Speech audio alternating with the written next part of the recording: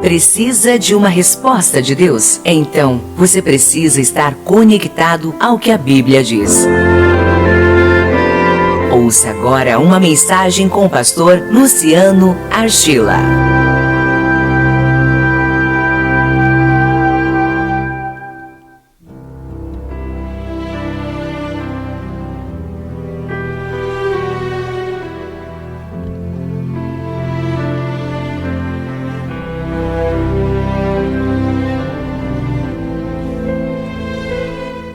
Hoje Deus colocou no meu coração uma palavra para os seus filhos que se perderam, para os desmotivados, para aqueles que, levados pelas circunstâncias, e aqui eu quero dizer de passagem que eu não julgo, porque ninguém está muito disposto a enfrentar o que você enfrentou, né? É fácil usar a língua para criticar, mas é difícil ser candidato a passar o que você passou. De qualquer maneira, a palavra de Deus, ela é atirada da eternidade como uma flecha mesmo. E tem um alvo, seu coração, sua vida. E eu só espero que você possa responder a palavra de Deus. A palavra de Deus espera uma resposta. É uma resposta que espera outra resposta.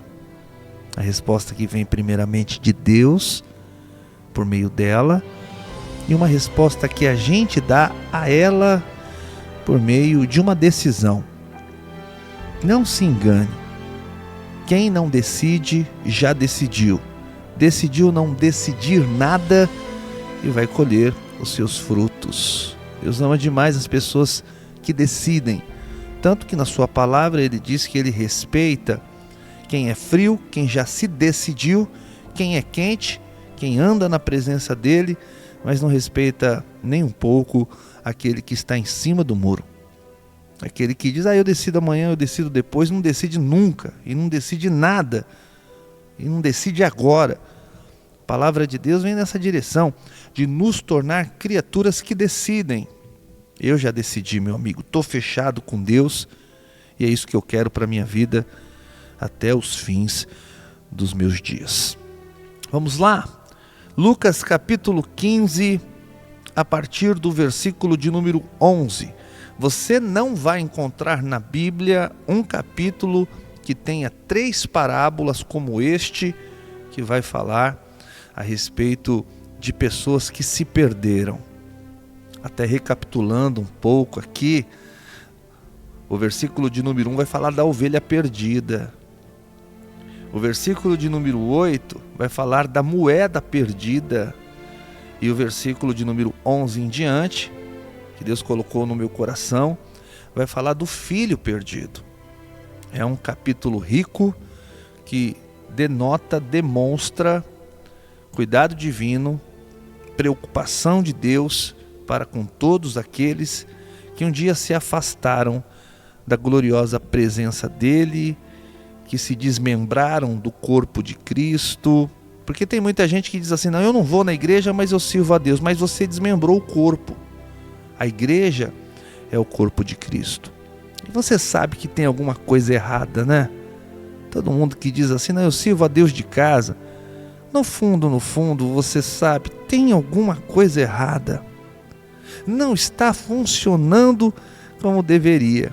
E aí você vai lembrar dos louvores que você ouvia, dos testemunhos que você dava, daquele momento pós-culto, daquele momento pré-culto, daquela coisa gostosa de fazer parte daquela comunhão, daquela célula que você abandonou, daquele grupo que você deixou. Você sabe, no fundo, tem alguma coisa errada. Não seja uma pessoa desigrejada. Hoje nós vamos apresentar fatos contundentes aqui, de que a igreja pode ser um lugar maravilhoso, mas ainda não é o lugar mais perfeito, tá? Mas ainda assim é o melhor lugar para se estar.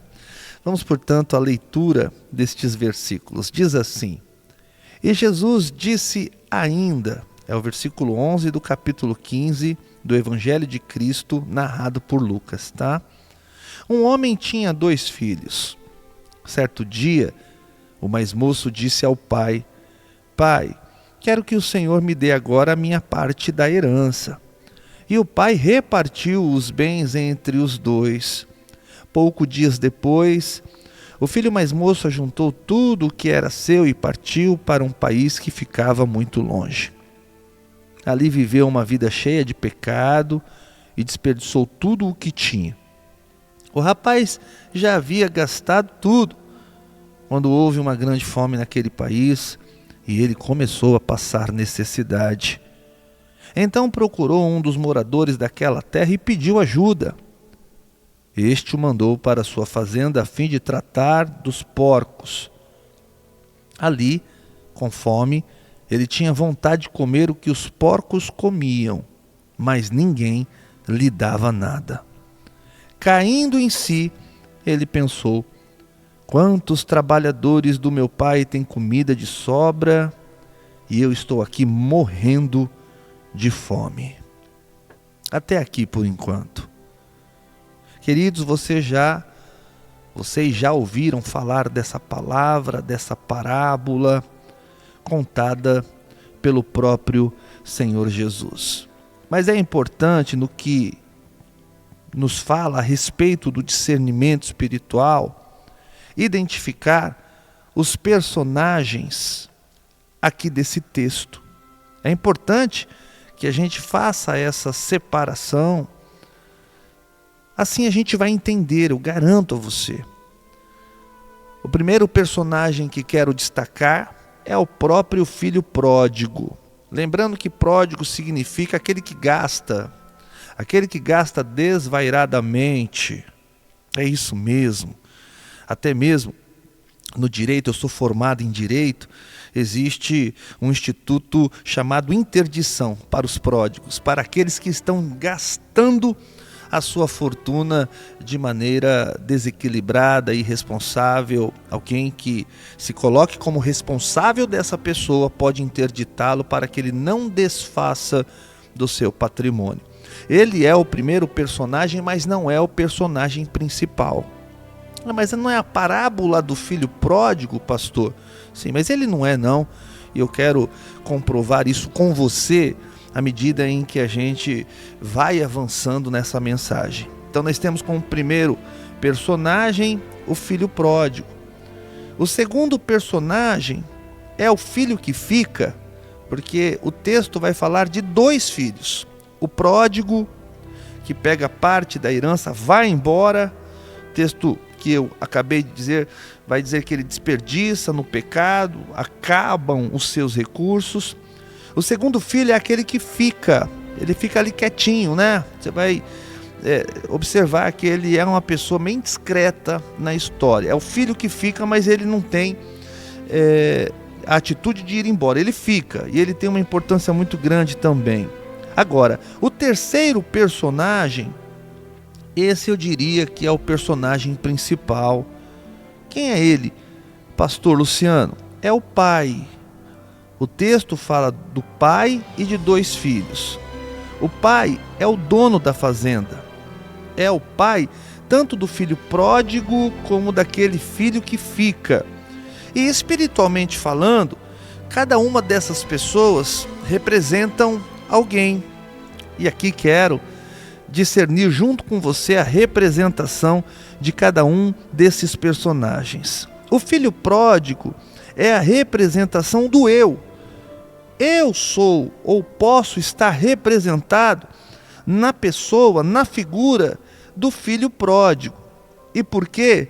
Porque eu também às vezes deixo a fazenda, às vezes entendo ter alguma coisa e saio com alguma coisa e vou viver os deleites do mundo. O filho pródigo representa o eu, o você, o muitos de nós que um dia se afastaram da fazenda. Já explico, tá? O filho que fica representa também o eu. É aquele quietinho, é aquela figura que está sempre insatisfeita, veja que o filho que fica, ele não sai da fazenda, ele está em um lugar de provisão, mas é o cidadão insatisfeito.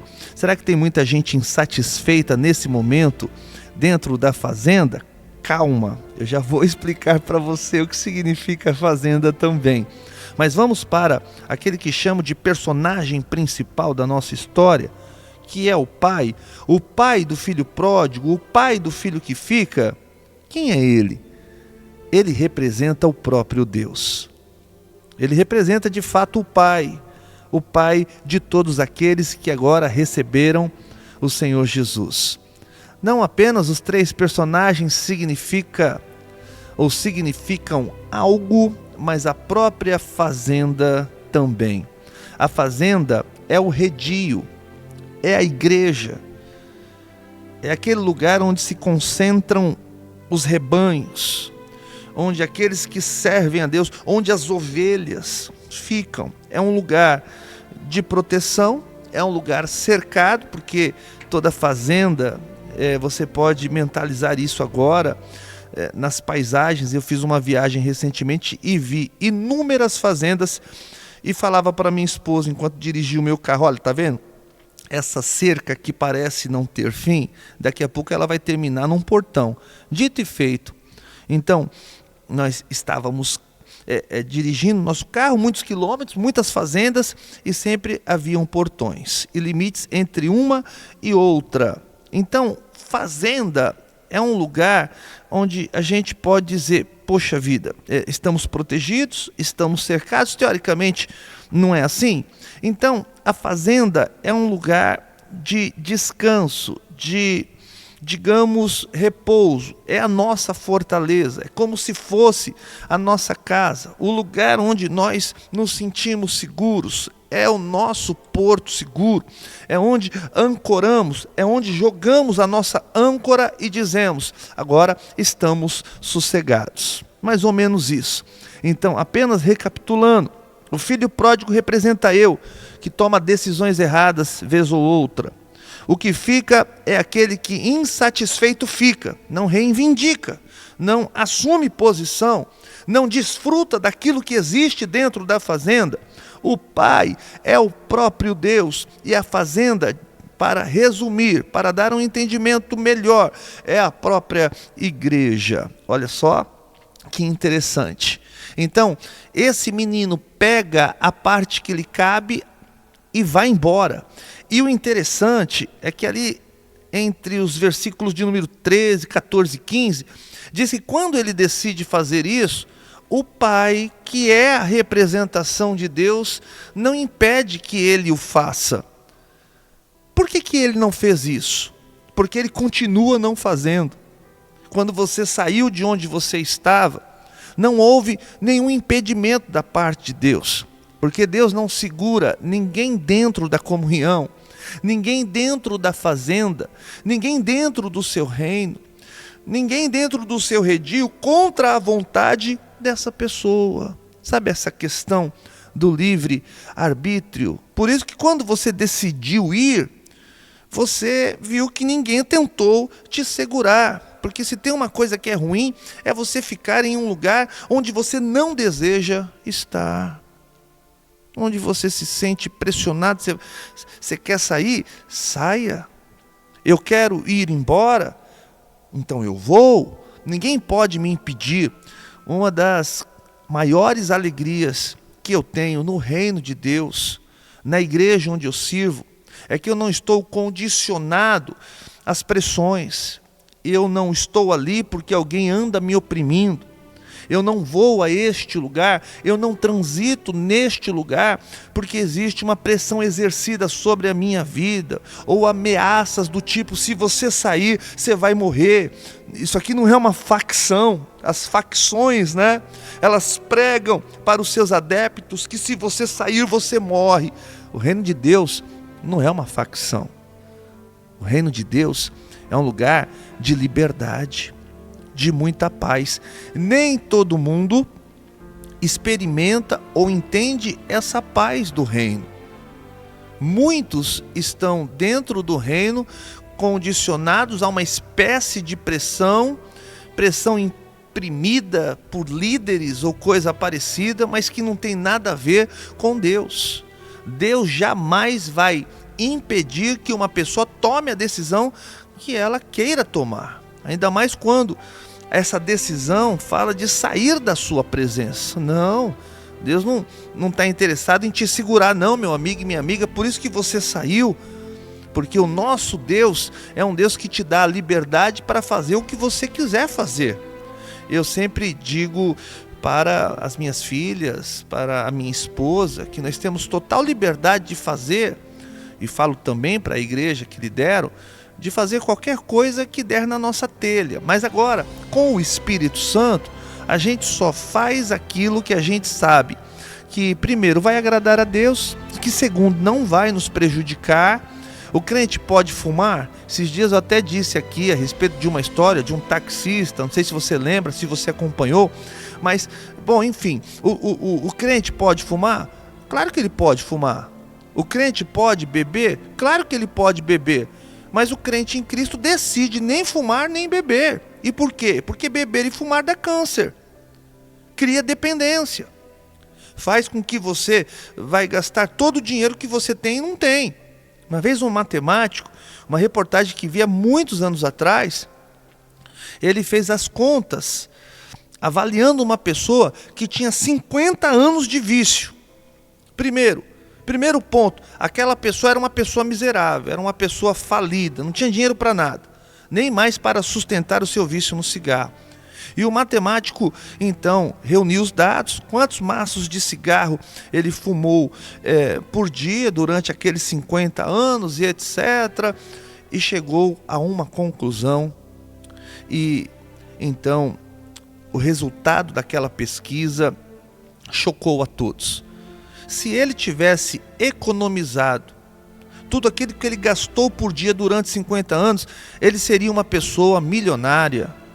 E detalhe, ele era uma pessoa miserável e uma pessoa cancerosa por conta do vício. Veja que prejuízo imenso aquela pessoa que decidiu na sua liberdade fumar por 50 anos. Ele pagou para morrer, morreu de fato, morreu pouco depois da pesquisa.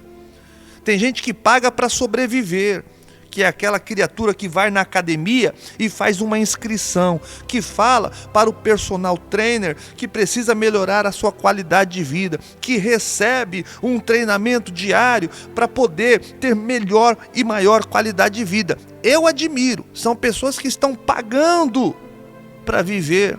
Agora, tem gente que está pagando prestações para morrer, que são aquelas pessoas que todos os dias, tendo ou não tendo, dá um jeito de sustentar o seu vício. Então Deus não prende.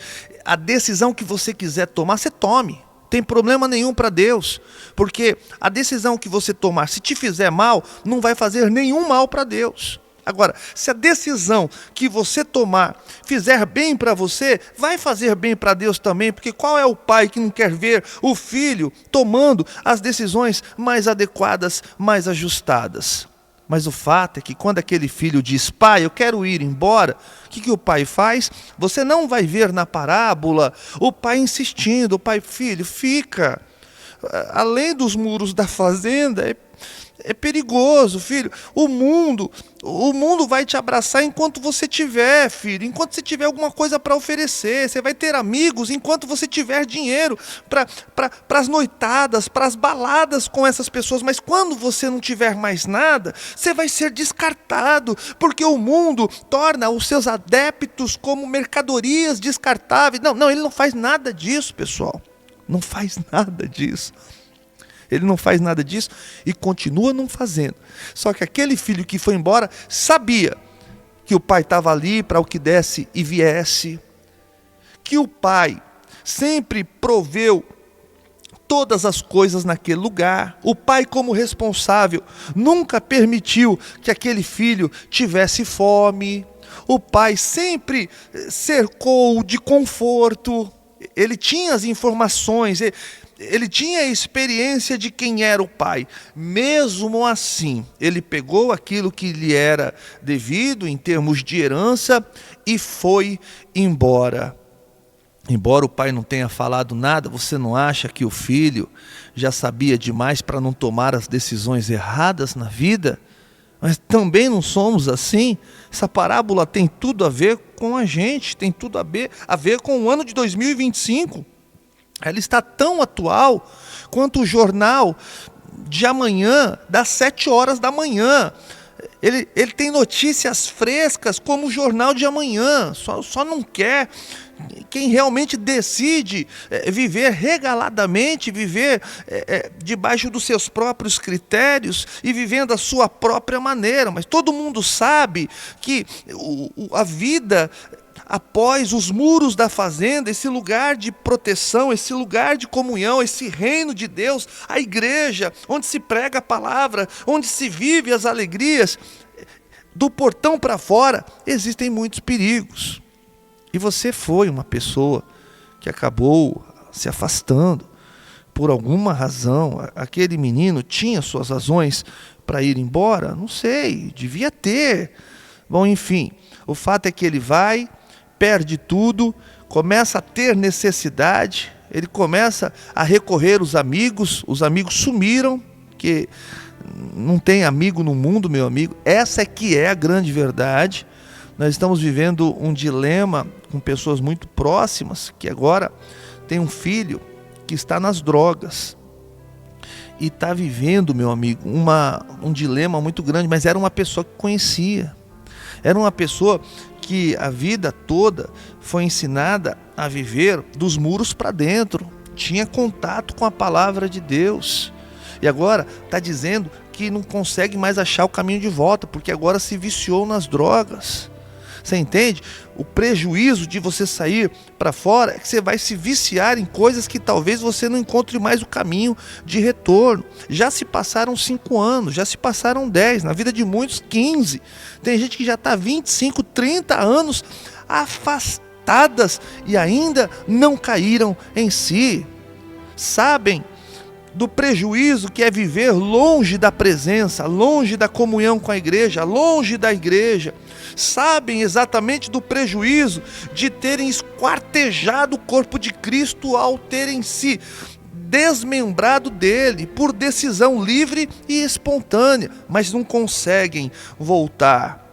E aquele garoto que tinha tudo e que agora não tinha nada, encontrou alguém que ofereceu um trabalho para ele. Vai cuidar dos porcos da minha fazenda. Ele nunca tinha tido contato com porcos na fazenda em que um dia ele trabalhou. Aliás, ele era dono, né? Ele era parte, porque filho de dono, dono é.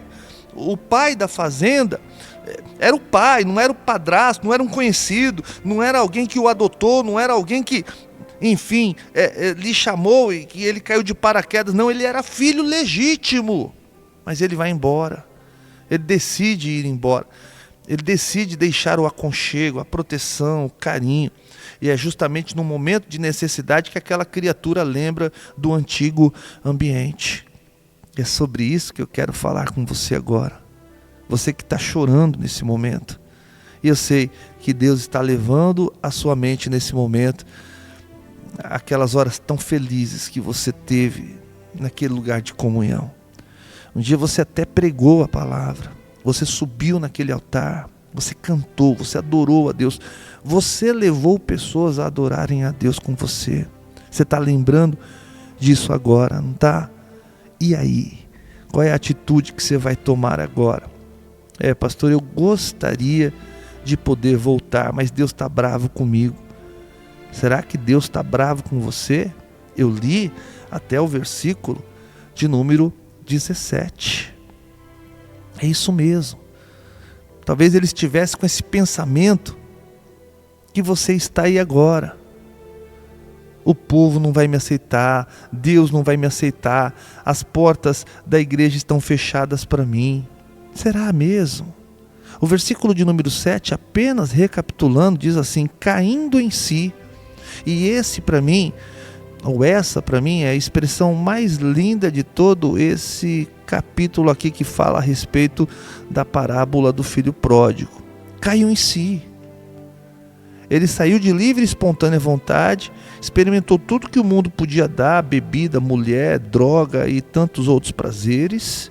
Chegou à conclusão de que aquilo, para ele, já não fazia mais nenhum sentido. Ele perdeu não apenas dinheiro, mas ele perdeu muito com essa vida completamente descontrolada, desorganizada. Ele perdeu dignidade, ele perdeu o amor próprio. Quantas pessoas que estão agora perdidas no que diz respeito ao amor próprio, estão destruindo seus corpos, no vício, nas baladas, nas noitadas. A saúde está indo embora. Isso demonstra que a pessoa nem amor próprio tem mais por si.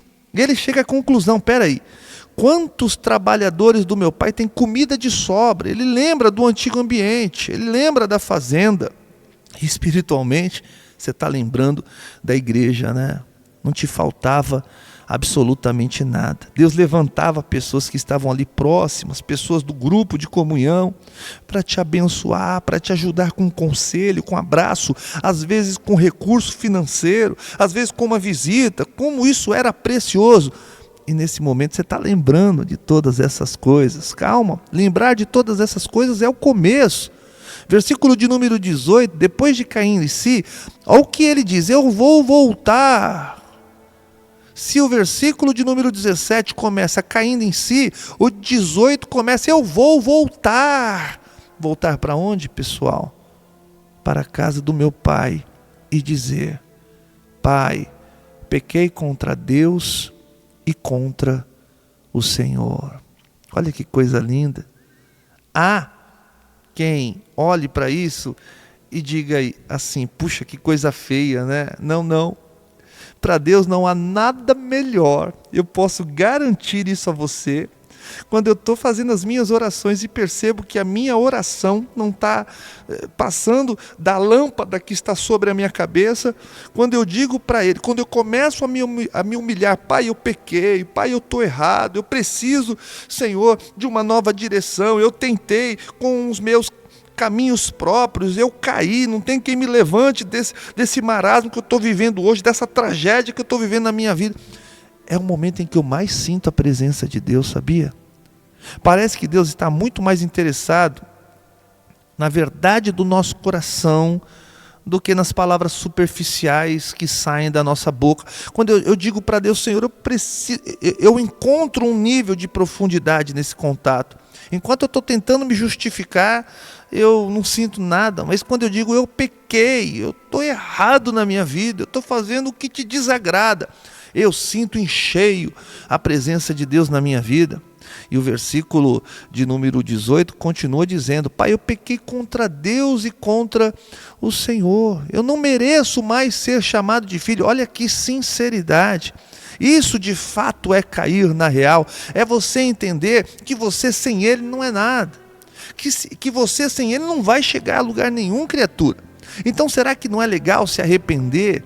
E arrependimento mostramos também por meio das palavras, por meio do corpo também, mas por meio das palavras. O corpo também sente, o corpo demonstra o genuíno arrependimento, meu amigo. E ele está dizendo aqui, ele está demonstrando: eu pequei contra Deus, eu pequei. Isso aqui é uma oração. Isso aqui é uma oração. E ele diz no versículo de número 19: e é aqui que reside o teu medo, eu sei. Eu não mereço mais ser chamado de filho. E por que você diz isso? Você zoou muito, né? Aprontou demais, meu amigo. Inclusive essa é uma das revoltas de quem não sabe nada de Deus, de quem não entende nada de igreja, que fica criticando pelos cantos. Agora está aí na igreja, ainda mês passado estava assaltando, estava prejudicando as pessoas, estava dando um testemunho horroroso, agora está na igreja. O mundo não aceita isso, porque o mundo não entende de transformação até que o mundo passe pela transformação. E você está com vergonha de Deus, não está? Eu não vou voltar porque eu já tive, pastor Luciano, muitas oportunidades. Eu não queria dizer não, pastor, mas eu já tive muitas oportunidades na minha vida Eu não aproveitei. Amigo, se você está em contato com a palavra agora, e ela está dizendo essas palavras, o filho pródigo, o texto do filho pródigo está diante de você, é com você que Deus está falando. Ou você acha que é com quem Deus não está falando? É com quem não está ouvindo esse programa? É com você. Deus te aceita. O mesmo Deus que permitiu você ir é o que vai celebrar quando você voltar, sem pressão. Não tem pressão também na hora da volta, porque não teve pressão na hora da ida. Apenas volte, apenas caia em si, apenas se arrependa de ter ido embora, porque as portas da fazenda não se fecharam para você, como não se fecharam para o filho pródigo. E ele diz uma outra coisa linda, continuando o versículo de número 19: me aceite como um dos seus trabalhadores.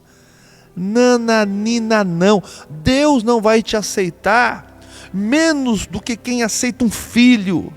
Você é um filho, você não é um funcionário, um empregado, um escravo. Você vai ser aceito como um filho legítimo.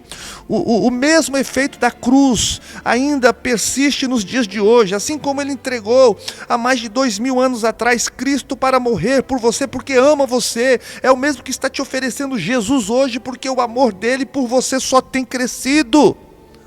Nada que você tenha feito, por pior que seja, vai fazer com que Deus te ame menos. Assim também como os teus atos de justiça não vão fazer com que Deus te ame mais. Ele te ame, ponto final. Não te aceita como um trabalhador, como alguém desimportante. Ele te aceita como um filho, como alguém que é dono, como alguém que é legítimo na família, como um filho. É isso.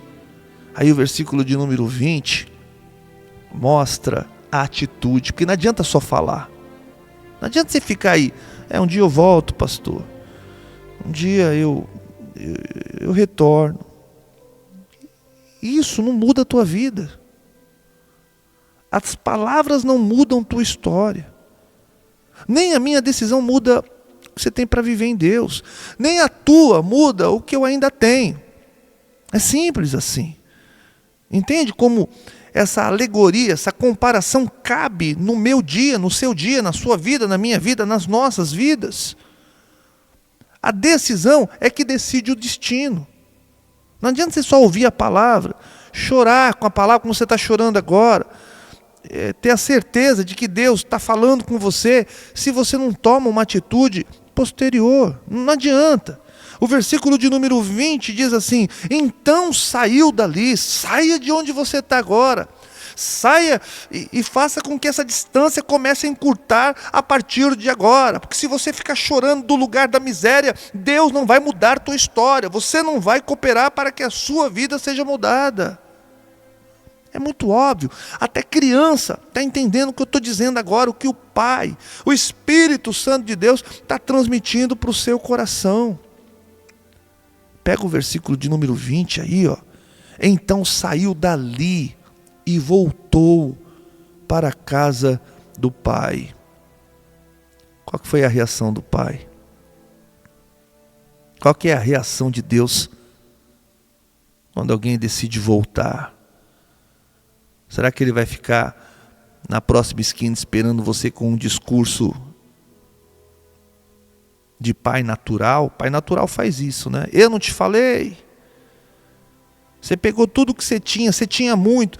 Eu falei para você não sair. Lembra que eu tentei te segurar e você... Não. Primeiro que Deus nem segura. Não. Você pensa que Deus vai estar com aquele discurso para te envergonhar no seu retorno? Tudo que Deus quer é que você retorne. Ele não vai criar dificuldades para isso. Não importa o que aconteceu, Deus nunca esteve interessado onde uma pessoa caiu. Deus sempre estará interessado onde uma pessoa decide se levantar. Deus não está interessado no que foi, mas Deus está cheio de expectativas com o que ainda está por vir. É tão lindo isso, né? Esse caráter de Deus. Reação de Deus aqui ainda no versículo de número 20, tá? Quando o rapaz ainda estava longe de casa, o pai o avistou. Primeiro, ele ainda estava longe de casa e o pai já o avistou. Sabe o que isso quer dizer? Que você está longe, mas o pai está te vendo. O pai só está esperando esse movimento de retorno, pós-arrependimento. Ele vai ajudar você. Quando o rapaz ainda estava longe de casa, o pai o avistou. O problema é que quando nós estamos longe da presença, o pai está vendo, mas não pode fazer muita coisa. Porque tem coisas que o pai faz, tem coisas que só o pai faz, tem coisas que só o filho pode fazer também. O pai não podia antes buscar ele, sabe por quê? Porque ainda não tinha arrependimento, não tinha ainda desejo de mudança de vida. E por que o pai deixou? Para o pai mostrar para o filho que o mundo não tem nada para oferecer. Por que o pai permitiu? Para você de uma vez por todas provar com os seus próprios olhos que o mundo não tem nada para te oferecer. Se o pai vai buscar antes, o filho ainda não está arrependido, era questão de dias para o filho ir de novo embora. Concorda comigo? Por isso que Deus não foi ainda.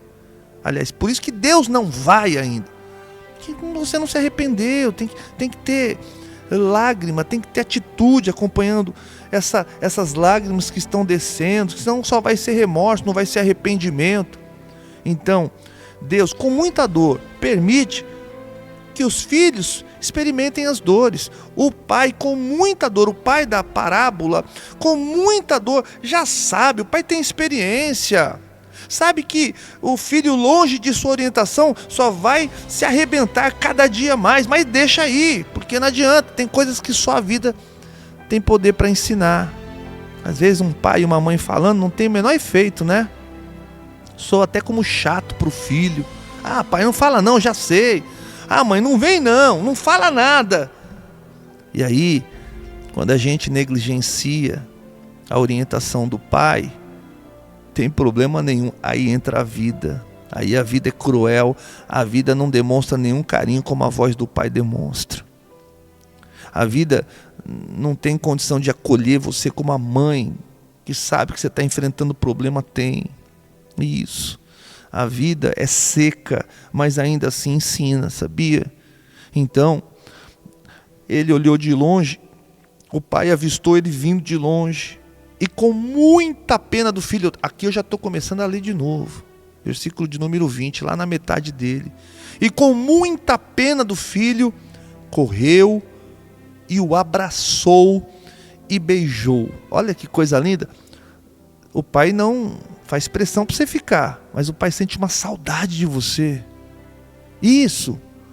O pai não te segurou não te amarrou com cordas, não te fez pressão para ir, não te ameaçou, nem disse das consequências, mas o pai fica com uma saudade de você. Olha que saudade. Você está com saudade de Deus, não está? E o pai está com saudade de você. Amigo, amiga, é só unir o útil com o agradável, corre para ele. E o filho disse: pai, pequei contra Deus e contra o Senhor, e não mereço mais ser chamado de filho. Era a deixa para o pai dar lição de moral, não era? Filho, eu te falei, tá vendo? Você se arrebentou aí, e agora? Tá vendo? Agora você não tem mais nada, tá todo machucado aí, tá todo arrebentado. Olha que nó cego que você é. Não, o pai não tem esse discurso. Depois de ter ouvido isso, vem o versículo de número 22.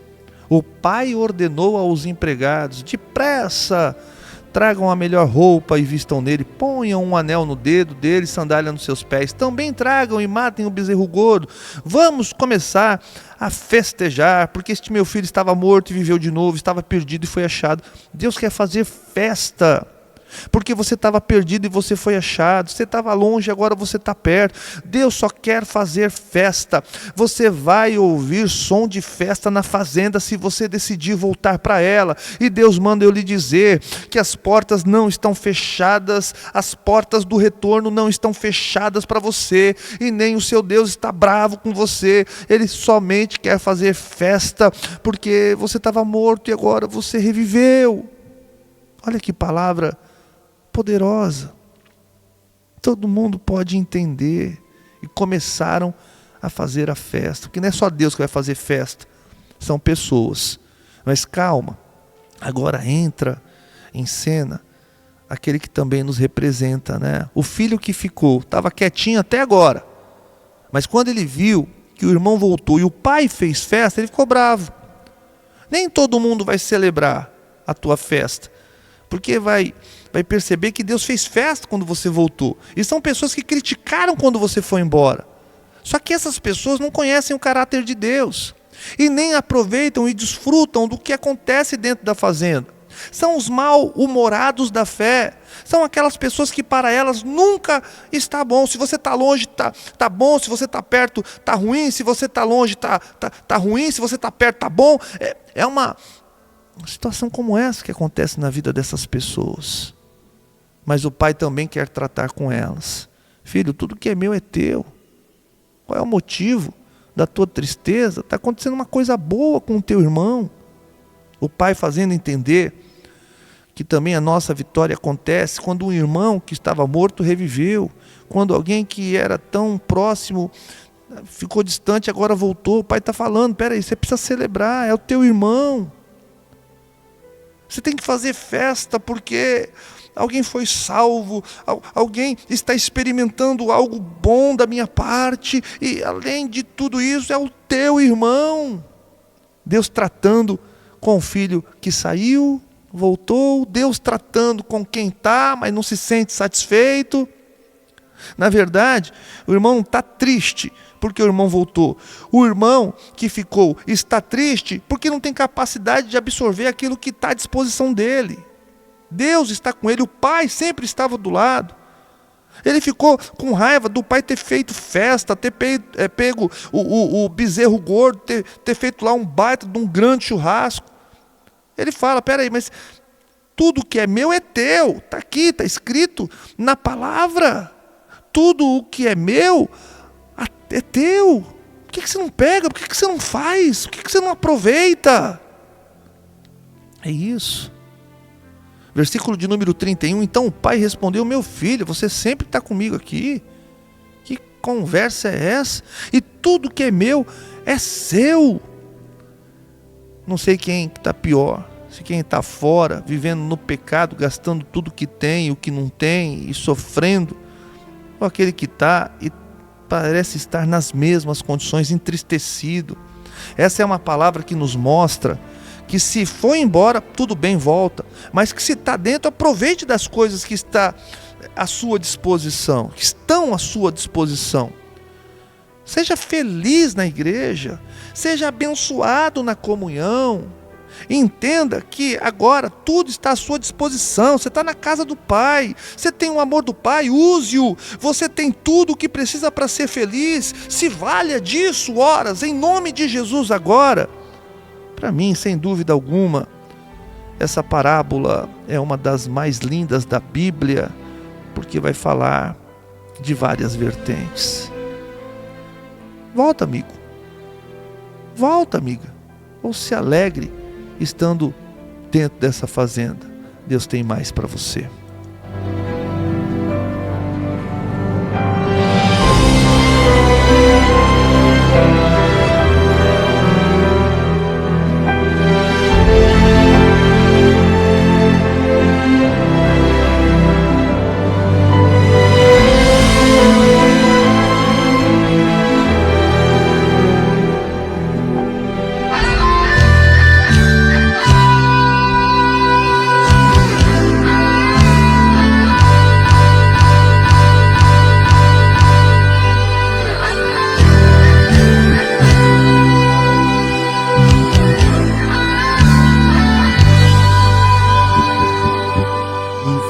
perdido, todo arrependido, com os pés feridos de tanto andar.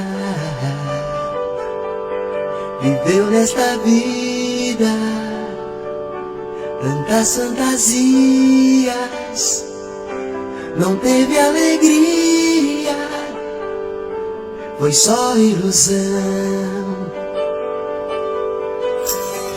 Vendo o pai alegre chorou,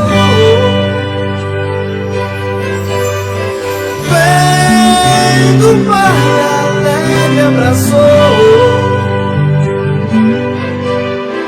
O seu filho voltou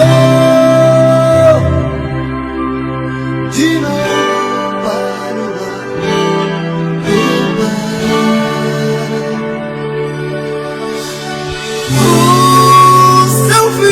Chegou e o banquete a ele entregou.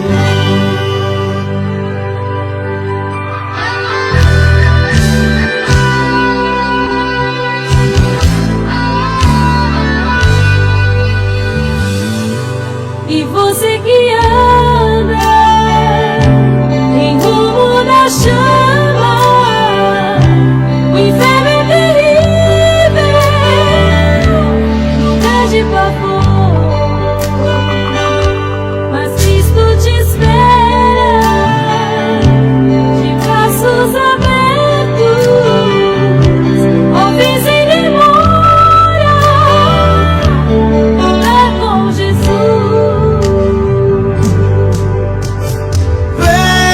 Vendo o pai alegre chorou, vendo o pai alegre abraçou.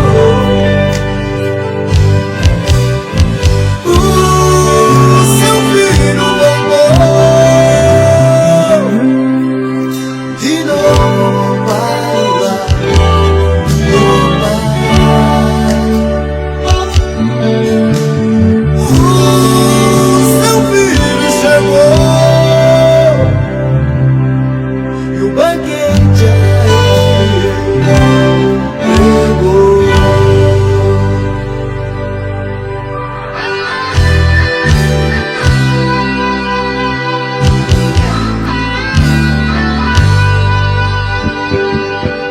E você que anda em rumo da chama, o inferno é terrível,